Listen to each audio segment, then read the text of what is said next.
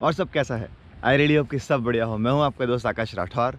हम कई सारी फील्ड्स में अमेरिका में या अदर कंट्रीज़ में कैसे करियर बनाना है उसके बारे में बात करते हैं या जानते हैं। पर आज हम एक ऐसी फील्ड के बारे में बात करेंगे जिसमें कई बार हमें लगता है कि इतना अच्छा करियर नहीं बनता अगर हम इंडिया से वहाँ पे पढ़ाई करते हैं तो फील्ड है एग्रीकल्चर। तो एग्रीकल्चर की फील्ड में हम कैसे कंट्री से बाहर जाके अच्छा जो लाइफ है और जो अच्छी स्टडीज़ हैं, रिसर्च है, वो कर सकते हैं। उसके बारे में जानेंगे आज के वीडियो में। एंड मेरे साथ मेरे फ्रेंड हैं चेतन, जो पीएचडी कर रहे हैं यहाँ पे एग्रीकल्चर की फील्ड में। तो उनसे बात करते हैं और पूछते हैं कि कैसे वो यहाँ तक आए और ओवरऑल जर्नी कैसी रही इस फील्ड में उनकी। Here is Chetan and hi Chetan, you can introduce yourself. Hi, hello everyone. I'm Chetan Badgujar. मैं फाइनल ईयर पीएचडी कैंडिडेट हूँ एट कैंसर स्टेट यूनिवर्सिटी में। मेरा मेजर फील्ड ऑफ स्टडी है यहाँ पे agriculture robotics and agriculture automation.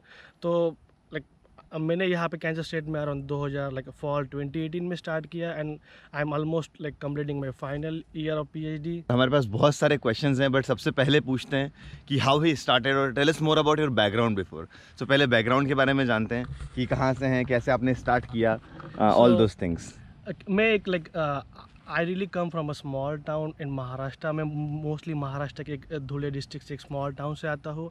मेरी family is like kind of agriculture background से है। तो मैंने इनिशियली डिसाइड किया था कि मैं बीएससी एग्रीकल्चर ज्वाइन करूँगा, बट फाइनली मैं I ended up doing agricultural engineering. तो मैंने एक महाराष्ट्र से एक university doctor Punjab Rao Deshmukh agriculture university, वहाँ से मैंने मेरा अपना बीटेक कंप्लीट किया 2015 में। उसके बाद मैंने सोचा कि चलो अब बैचलर्स तो कर लिया, कुछ मास्टर्स वगैरह किया जाए। तो मैंने एग्ज़ाम का प्रिपरेशन किया। उसके बाद अच्छी रैंक मिलने के बाद मैंने इंडिया से पंजाब एग्रीकल्चर यूनिवर्सिटी से मैंने अपना मास्टर्स कंप्लीट किया। जब मैं पंजाब में था तो मुझे काफ़ी एक्सपोजर मिला कि यहाँ के लोग कैसे यूएस कनाडा में के लिए हायर एजुकेशन के लिए प्रेफर करते हैं, क्या उसके मोटिवेशन और गोल्स होते हैं। तो मैंने मोस्टली ये हुआ कि मैंने जब वो एटमॉस्फेयर देखा पंजाब का, तो वो एटमॉस्फेयर में काफ़ी इंस्पायर हुआ कि मुझे भी हायर स्टडीज़ के लिए कहीं जाना चाहिए। सो पंजाब जाके ही थोड़ा इंस्पिरेशन मिला कि हायर स्टडीज़ के लिए अब्रॉड में काफ़ी अच्छे ऑप्शंस है, और वो एक इंस्पिरेशनल पॉइंट था मेरे लिए। तो मुझे पता है और मैंने कई वीडियोस में बताया कि कंप्यूटर साइंस या आईटी आपका होता है, तो आप कैसे प्रिपरेशन करते हैं, क्या एग्जाम्स देते हैं। बट एग्रीकल्चर की फील्ड में आप कैसे प्रिपेयर करते हैं या क्या एग्जाम्स आपको देना पड़ती हैं, या उसके बारे में थोड़ा सा बताएं। ठीक है, तो मोस्टली ये होता है एग्रीकल्चर में। मेरे एक सीनियर थे, उन्होंने मुझे बताया था कि अगर तुम्हें यूएस जाना है तो you don't really need put too lot of money for going to US. तो उन्होंने मुझे ये पहले ये बताया कि आपको बस यहाँ से एक फ़्लाइट टिकट खरीदनी है यूएस जाने के लिए। That's the only expense you are going to have. Okay, so financial एक इशू नहीं होता कभी भी। मैं बताता हूँ कि मेरी फैमिली इनकम जो है इंडिया से it's not more than 10,000 rupees per month. So तो students like me also can afford coming to US. तो मोस्टली ये है मोटिवेशन था कि you will just need to take a flight tickets to go, that's the only expense. अगर हम pipeline की बात करें तो क्या प्रिपरेशन करना है उस पर हम बात कर सकते हैं। मोस्टली जो एग्रीकल्चर का सेक्टर है अदर इंजीनियरिंग से थोड़ा डिफरेंट है। अपना जो agriculture sector is most research based. तो हमें फर्स्ट थिंग है कि we basically prepare for the exam जो रिक्वायरमेंट है कि यूएस सिस्टम में आने के लिए, जैसे जीआरई और टोफेल हो गया। तो मोस्टली ये तो सब कॉमन है कि हर डिसिप्लिन के लिए ये एग्ज़ाम्स क्लियर करने पड़ते हैं। But the different thing about the agriculture is that कि आपको एक लैब फाइंड करना पड़ता है, कि प्रोफेसर और रिसर्च प्रोफेसर फाइंड करना पड़ता है जो आपको पूरा फंड दे सके। He can support you for your studies. Masters होगा तो आपके लिए 2 साल के लिए आपको पूरा सपोर्ट दे सके, जैसे ट्यूशन्स फी हो गई, आपको स्टाइपेंड है तो वो दे सकते हैं। तो आफ्टर आपने जो एग्ज़ाम क्लियर कर लिए जीआरई और TOEFL, you become eligible to come into US system. उसके बाद आपको ये करना है कि आपको जो आपकी रिसर्च इंटरेस्ट, जैसे कि मेरा एग्रीकल्चर रोबोटिक्स और प्रिसीजन एग्रीकल्चर रिसर्च इंटरेस्ट था, तो मैंने उसके अकॉर्डिंग रिसर्च लैब्स यूएस में ढूंढना शुरू किए। तो जैसे कि आप नॉर्मली सॉर्ट आउट कर सकते हो कि या ये प्रोफेसर है, इस पे काम कर सकते हैं, काम करता है ये वगैरह। तो आप उनको directly what people usually do is they just directly email to the professor कि hey, I am this guy, I have done this in India and I'm really passionate to work with you ऐसा कुछ मतलब एक email भेज सकते हो, तो फिर अगर उनके पास कोई फंडिंग है, वैकेंसी है लैब में, देन वो आपको रिस्पॉन्ड करेंगे, hey Chetan we really like your profile और समथिंग। उसके बाद फिर अगर उनके पास फंडिंग है तो वो आपको रिस्पॉन्स करेंगे, है चलो लेट्स टॉक अहेड, वो आपका इंटरव्यू लेंगे, कि बातचीत होगी। It's not a interview, I would suggest it's a बातचीत, कि हाँ Okay. कि आप क्या करना चाहते हो, So, ऐसा वगैरह। exams and then basically you need to reach out to the professor, so Professor. that is different. Different, yeah. तो before reaching out to professor आपको apply भी करना पड़ता है यूनिवर्सिटी में? So in most of the case क्या होता है कि every university has $70 to $80 application fee, Uh-huh. But हमारे केस में क्या होता है कि it's very must you find a professor first and then you apply to that Okay. Professor. Okay. Yeah, so So- in that case what happens, you get surety, the professor gives you assurance, hey I am taking you, and then you apply Application now. fees भी हाँ. waive हो जाएगा? No, application fee most of the time waive Waive नहीं नहीं होगा, okay. होता, but you get assurity कि हाँ मुझे ये बंदा Funding मिल जाएगा। हाँ फंडिंग लेने वाला Okay. है, then you go and apply to that lab or that university. Okay okay so ये थोड़ा सा डिफरेंस है जैसा उन्होंने बताया प्रोसेस में। एग्ज़ाम्स जीआरई और टोफेल है जो बेसिक एग्ज़ाम है यूनिवर्सिटी के लिए, वो आपको देना ही है अपनी अंडरग्रेड कंप्लीट करने के बाद या मास्टर्स कंप्लीट करने के बाद। वहाँ पे अगर आप पीएचडी ढूंढ रहे हैं और मास्टर ढूंढ रहे हैं तो बैचलर के बाद। एग्ज़ाम्स कंप्लीट करने के बाद आपको ही रीच आउट करना है और ढूंढना है एक लैब। तो काफ़ी सारी लैब्स है, काफ़ी सारी रिसर्च होती है अमेरिका में। और सिमिलर स्कोप यहाँ पे एक और चीज़ पूछने की है कि यूएस के अलावा अदर कंट्रीज़ में भी स्कोप है कि यूएस सबसे ज़्यादा स्कोप करता है एग्रीकल्चर की फील्ड में? So other countries are also good, but आपको like for me particularly, मुझे I just wanted to go the best education in US, तो मुझे लगा कि US is much better, like technically बड़ा भी more, है तो आपको ज़्यादा अपॉर्चुनिटीज भी technically हैं। more advanced है Advanced है। agriculture में, like they are doing a ground breaking things in agriculture, तो हाँ। मुझे लगा कि like let's go to US. There are US. other कि Canada, like in Australia there are also funding available, as well as in like Europe, London, UK, Europe Europe. and all. So Okay. yeah, it's all well funded program. Most of the time agriculture is most well funded, like people like a professor have a lot of funding, so they can really support you for a really long time. हाँ तो ये okay है। सो जहाँ पे हमारी country में agriculture पढ़ने वालों को लगता है कि इरिगेशन डिपार्टमेंट, बैंक, रेलवेज में जॉब लग जाए तो बहुत है गवर्नमेंट की, वो वहाँ पे स्ट्रगल करते हैं करियर बनाने में। तो देखिए यहाँ पे उल्टा है पूरा, यूएस में या अदर कंट्रीज़ में बहुत स्कोप है। जैसा चेतन बता रहे हैं कि काफ़ी सारा फंड होता है उनके पास और जनरली फंडेड होते हैं सारे प्रोग्राम्स। तो अगर आप उस फील्ड में या किसी को जानते हैं जो उस फील्ड में है तो आप उनको डेफिनेटली गाइड कर सकते हैं कि इट्स ऑल अबाउट अवेयरनेस। आपको अवेयरनेस होना चाहिए कि कहाँ से क्या होगा।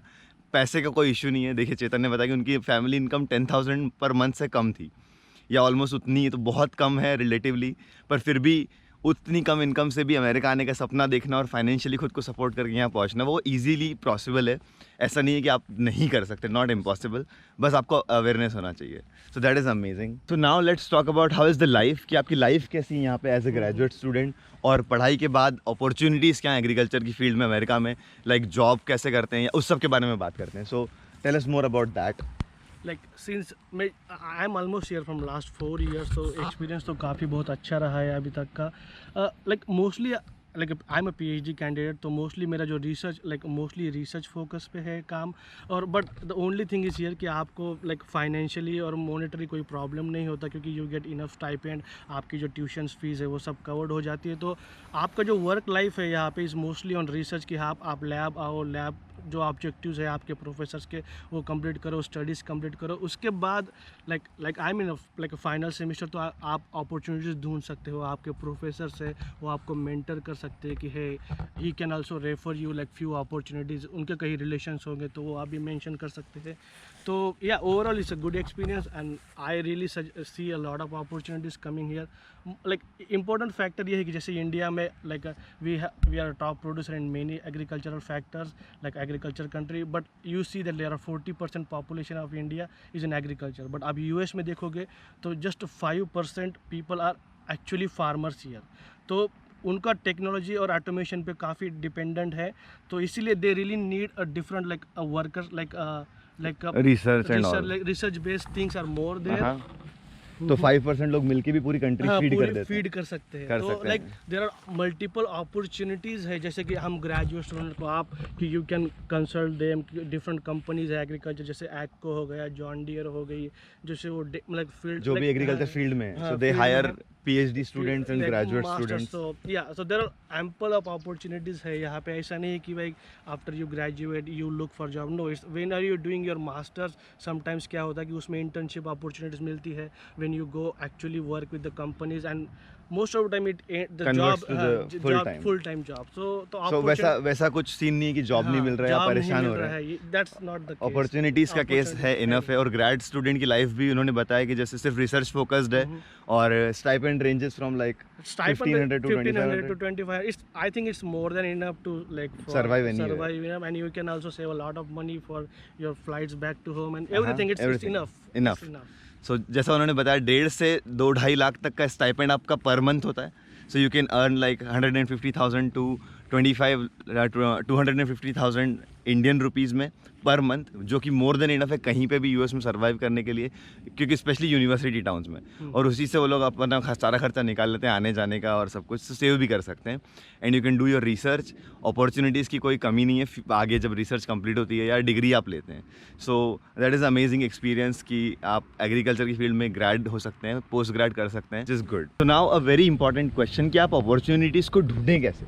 हाउ विल यू फाइंड कि कहाँ पे अवेलेबल है. ये सब जो प्रोसेस है इंडिया में बैठ के आप अमेरिका का ये जो पूरा फंडिंग का प्रोसेस है उसको थोड़ा सा बता सकते हैं कि कैसे वो करना है. सो मोस्टली देख आपको मोस्टली कि प्रोफेसर और लैब फाइंड करना है कोई भी यूनिवर्सिटी में. तो मोस्टली मैं क्या करता था, like I use to go to website of any university में. उसके फिर मैं डिपार्टमेंट देखता था कि ये डिपार्टमेंट में ये प्रोफेसर है, उस प्रोफेसर की कुछ लैब्स वेबसाइट होती है. तो वहाँ पे समटाइम्स क्लियरली मेंशन होता है कि hey we are looking for PhD और मास्टर्स कैंडिडेट. और उसमें काफ़ी लाइक इट्स नॉर्मल ऐड कि प्रोफेसर लिखा होता है कि ये what is the stipend, what are the requirements he is expecting from the student and all. Opportunity searching is just like आप जैसे कि फेसबुक पे स्क्रॉल करते हो, तो वैसे ही मैं इंडिया में रह के ये यूनिवर्सिटीज़ को स्क्रॉल किया करता था मेरे फ्री टाइम में, और एक नोट डाउन करता कि हाँ कि दिस इज़ द प्रोफेसर, इसका फील्ड ऑफ एरिया है एंड ऑल दैट. तो आपको most of the professor post the opportunities available in their lab on their lab website. Sometimes वो ट्विटर पे भी शेयर करते हैं. तो आपको जस्ट थोड़ा लिटिल बिट एक्टिव रह के ढूंढना है. एंड आई विल सजेस्ट कि do not hesitate to email the professor. फिर आप देखोगे कि अगर 2-4 ऐड आप देखोगे तो आपको पता चल जाएगा कि what are the basic requirements to get into the US citizen, what they really ask for कि टेक्निकल स्किल्स और ये वगैरह. तो एक आइडिया हो जाएगा आपको कि how should I proceed for that. That's really great to know कि आप रीच आउट करें और एक्सप्लोर करें. सोशल मीडिया सर्फिंग वाली बात बहुत अच्छी थी कि सोशल मीडिया सर्फ करने की बजाय आप ये देखें कि कहाँ अपॉर्चुनिटीज़ हैं. तो आप डेफिनेटली कहीं ना कहीं रीच आउट कर सकते हैं. That's amazing. तो one another important thing about US degrees ये होती है कि आपको स्टेम या नॉन स्टेम देखना पड़ता है. अगर आपका प्रोग्राम स्टेम होता है तो आपको 3 साल का वर्क वीज़ा मिलता है एजुकेशन के बाद, और नॉन स्टेम होता है तो 1 साल का मिलता है. तो एग्रीकल्चर प्रोग्राम्स या इस तरह के जो प्रोग्राम्स हैं जनरली वो स्टेम में आते हैं या नहीं आते हैं. Mostly agriculture is part of science, so it comes under the STEM OPT. You get like 3 years of STEM OPT, and after that, yeah, there are opportunities to go for H1B or anything else. Yeah. So just like IT में H1B होता है, similarly agriculture की field में भी आपको work visa मिल जाएगा 3 साल का डिग्री कंप्लीट करने के बाद. तो वो भी आपको चिंता नहीं है कि काम कैसे करेंगे या कितनी जॉब कर पाएंगे. All those things are sorted. So that is good. तो एग्रीकल्चर की फील्ड के बारे में हमने बहुत कुछ जाना. Chetan, what will be your message to aspiring student या जो अभी पढ़ रहे हैं एग्रीकल्चर, उनको आप क्या एडवाइस करना चाहेंगे. मोस्टली मैं एग्रीकल्चर ग्रेजुएट्स को यही एडवाइस करना चाहूँगा कि आप अर्ली स्टार्ट करें, like from first, like if you are in bachelors. तो मोस्टली मैंने पंजाब में देखा है कि student really start from second year of preparation for there GRE and all. और एक बात है कि आपको if someone is giving you funding, you need to have a strong background either research में या कुछ, मतलब अपना CV ऐसे strong बना के रखो कि like a professor will not reject that application. तो एक इम्पॉर्टेंट है, क्योंकि एक इम्पॉर्टेंट फैक्टर है. और मैं एक सजेस्ट करूँगा कि जैसे इंडिया में agriculture graduates are very limited to the government jobs, but I was also looking for a government job when I was in India, like a bank exam and all that. But ये है कि US में काफ़ी opportunity है other than the government jobs. You can also go in other technical field, consultancy, और it's a lot like wide open है कि आप बस एक्सप्लोर करते रहिए और ऑप्शन एक्सप्लोर करते रहिए और ओपन माइंड रखिए. और मुझे नहीं लगता कि कोई अदर फैक्टर्स है जो really matter, like a monetary और लाइक अ स्टडी प्रेशर, वो that doesn't really matter here. तो यही मेरा मैसेज है इसमें. नाइस. सो टाइम से स्टार्ट करें, अदर चीज़ों को साइड पे रखें, एक्सप्लोर करें, ओपन रहें चीज़ों के लिए कि आप प्रोफेसर्स को रीच आउट करें. ऐसा नहीं सोचें कि सिर्फ गवर्नमेंट जॉब तक ही लिमिटेड है. और ये सब आप करेंगे तो देखिए PhD या मास्टर के लिए आ सकते हैं और एग्रीकल्चर की फील्ड में भी बहुत अच्छा करियर आप बना सकते हैं अब्रॉड में या अदर कंट्रीज़ में भी, अमेरिका में भी. सो that is amazing. Thank you so much Chetan for doing this and letting everybody know. It was great. And या आई होप आपको सारी जो बातें हैं वो पसंद आई हो, समझ में आई हो, वीडियो पसंद आया हो. मिलते हैं अगले सैटरडे 8 बजे. Thank you so much for watching.